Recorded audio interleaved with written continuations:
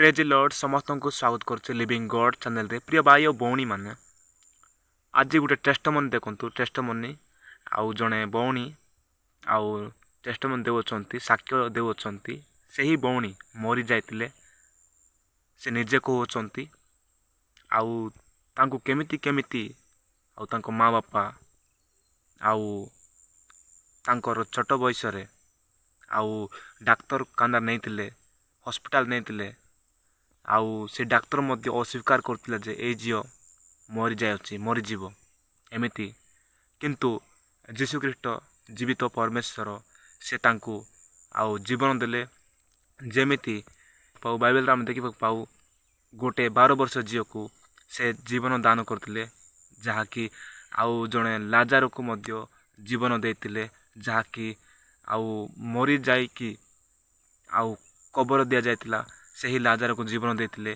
सही सत्य जीवंत परमेश्वर जीशु ख्रीष्ट आउ से जीशु ख्रीष्ट यही भौणी को मध्य एबे जीवित रखिले आउ जीवन दान देले आउ यही भौणी एबे परमेश्वर को सेवा कार्य रे अछि। प्रिय भाई और भौणी माने निश्चय वीडियो शेयर करो, वीडियो लाइक करो। जदि प्रथम थर पर मो चैनल रे आछो ताहेले चैनल सब्सक्राइब करो, कमेंट करो, लाइक करो, शेयर करो।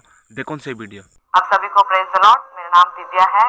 मैं जब 4 साल की थी तब परमेश्वर ने मुझे अद्भुत रीति से मौत से बचाया। डॉक्टर और परिवार के लोगों ने तो मुझे मारा समझ लिया था, पर परमेश्वर ने मुझे अद्भुत रीति से बचाया। मैं इस वीडियो में उस घटना के बारे में कुछ बातों को आप लोगों से शेयर करने जा रही हूँ। आप इस वीडियो को जरूर से पूरा देखिए, क्योंकि मुझे पूरा यकीन है कि इस वीडियो के द्वारा आपके मन में परमेश्वर के प्रति एक अद्भुत विश्वास पैदा हो जाएगा। यह बात तब की है जब मैं 4 साल की थी और मेरा छोटा भाई 4 महीने का था।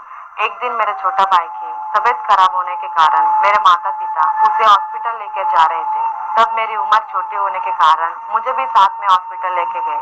मेरी माँ मेरे छोटे भाई को गोद में उठाकर हॉस्पिटल में पर्ची कटवा रही थी। तब मैं अपनी माँ के बाजू में खड़ी थी। अचानक मुझे झटका आने लगा। वहाँ काउंटर के पास खड़े हुए लोगों ने मेरी ओर देखकर मेरी माँ से कहा कि तुम्हारी बेटी को कुछ हो रहा है। तब मेरी माँ ने छोटा भाई को पड़ोस में खड़ी एक महिला के हाथ में देखकर मुझे गोद में उठाकर मुझे क्या हो रहा है देखने लगी। मुझे लगातार झटका आ रहा था। तुरंत मुझे डॉक्टर को दिखाया गया। डॉक्टर ने कहा कि मैं बहुत सीरियस हूँ। उन्होंने एक इंजेक्शन लाने के लिए एक पर्ची लिख कर दिया।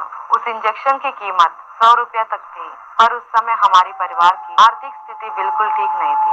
उस दिन मेरे पिता के पास केवल 10 रुपये थे, जो कि हॉस्पिटल आते वक्त नाश्ता खाने की वजह से खत्म हो गया।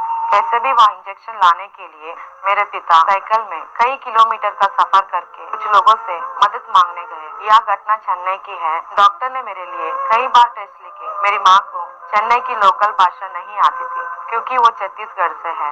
वहाँ की भाषा ठीक से न आने के बाद भी टूटी फूटी भाषा में पूछते हुए मुझे और मेरे भाई दोनों को उठाकर इधर उधर भागकर जल्द से जल्द टेस्ट करवाने के लिए पूरा प्रयास कर रही थी। मेरी माँ काफी समय तक हम दोनों को उठाकर इधर उधर भाग रही थी। काफी समय के बाद मेरे पिता इंजेक्शन लाकर दिए। उस इंजेक्शन को लगाने के बाद भी मेरे स्थिति में सुधार नहीं हो रहा था। इंजेक्शन लगाने के बाद मुझे एक वार्ड में भेजा गया। उस वार्ड में पहले से सारे बेड फुल थे, तो हॉस्पिटल स्टाफ ने चटाई बिछाकर मुझे वहाँ लेटा दिया। मेरे पिता बाहर जाकर और पैसों की व्यवस्था के लिए घूम रहे थे। मेरी माँ मेरे छोटे भाई को गोद में रखकर मेरे पास काफी वेदना से बैठी थी। रात के करीब 7 बजे मेरे पिता मेरी दादी को हॉस्पिटल लेकर आए। वे अपने साथ घर से भोजन भी लाए।